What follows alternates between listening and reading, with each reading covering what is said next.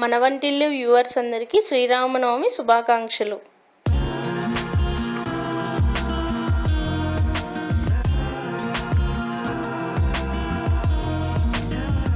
Welcome to మన వంటిల్లు. ఈరోజు మనం శ్రీరామనవమి స్పెషల్ అయిన పానకం ఎలా తయారు చేయాలో తెలుసుకుందాం. ముందుగా కావలసిన పదార్థములు: బెల్లం 250 గ్రామ్స్, నల్ల మిరియాలు 1 టేబుల్ స్పూన్, యాలకులు 3, తులసి ఆకులు కొద్దిగా, వాటర్ 2 గ్లాసెస్. ఇప్పుడు తయారీ విధానం గురించి తెలుసుకుందాం. ముందుగా బెల్లంను ఒక నైఫ్తో ఇలా సన్నగా తరగాలి.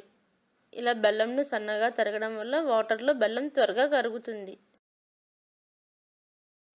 ఈ బెల్లం తురుము 1 కప్ అయ్యేంత వరకు సన్నగా బెల్లంను తరగాలి.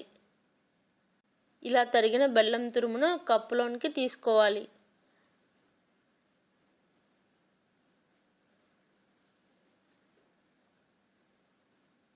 ఇప్పుడు లోతుగా ఉన్న ఒక బౌల్ను తీసుకుని 2 గ్లాసెస్ వాటర్ వేసుకోవాలి. ఆ వాటర్లో ముందుగా సన్నగా తరిగిన బెల్లంను 1 కప్ వేసుకోవాలి. వాటర్లో బెల్లం వేసిన తర్వాత ఒక గరిటె తీసుకుని బెల్లంను బాగా కలపాలి. ఈ బెల్లం కరగడానికి ఒక 5 మినిట్స్ టైం పడుతుంది.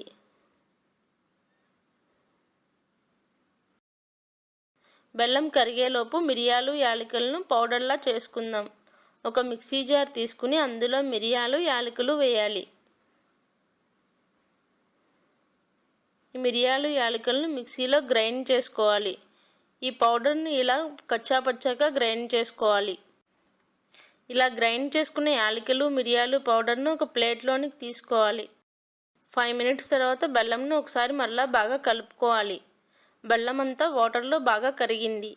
బెల్లం కరిగిన తర్వాత వాటర్లో స్వీట్నెస్ సరిపోయిందో లేదో ఒకసారి టేస్ట్ చేయాలి. బెల్లం యొక్క స్వీట్నెస్ దాని క్వాలిటీ మీద బేస్ అయి ఉంటుంది. సో ఒకవేళ స్వీట్నెస్ సరిపోలేదు అనుకుంటే ఇంకొంచెం బెల్లంను సన్నగా తరిగి వాటర్లో కలుపుకోవాలి. బెల్లంలో డస్ట్ పార్టికల్స్ ఏమైనా ఉండే అవకాశం ఉంది. సో కరిగిన బెల్లం వాటర్ను వడపోసుకోవాలి. ఒక ఫిల్టర్ని తీసుకుని బెల్లం వాటర్ని ఇలా వడపోయాలి.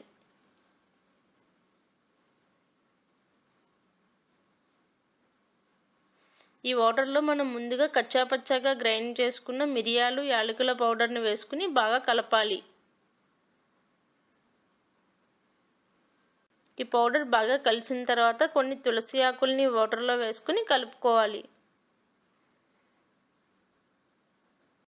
పానకం రెడీ అయింది. పానకంను ఒక సర్వింగ్ గ్లాస్లోనికి తీసుకుని శ్రీరాముడికి నైవేద్యంగా పెట్టుకోవాలి. పానకం సమ్మర్ స్పెషల్ డ్రింక్ కూడా. పానకం సమ్మర్లో తీసుకుంటే ఎంతో మంచిది. పానకంను మనం చల్లగా తీసుకోవాలంటే కొంచెం ఐస్ క్యూబ్స్ని వేసుకుని తీసుకోవచ్చు. మరిన్ని రెసిపీస్ కోసం మన వంటిల్లు ఛానల్ని సబ్స్క్రైబ్ చేసుకుని మీ సలహాలను సూచనలను కామెంట్స్ రూపంలో అందించగలరని ఆశిస్తున్నాము. ధన్యవాదములు.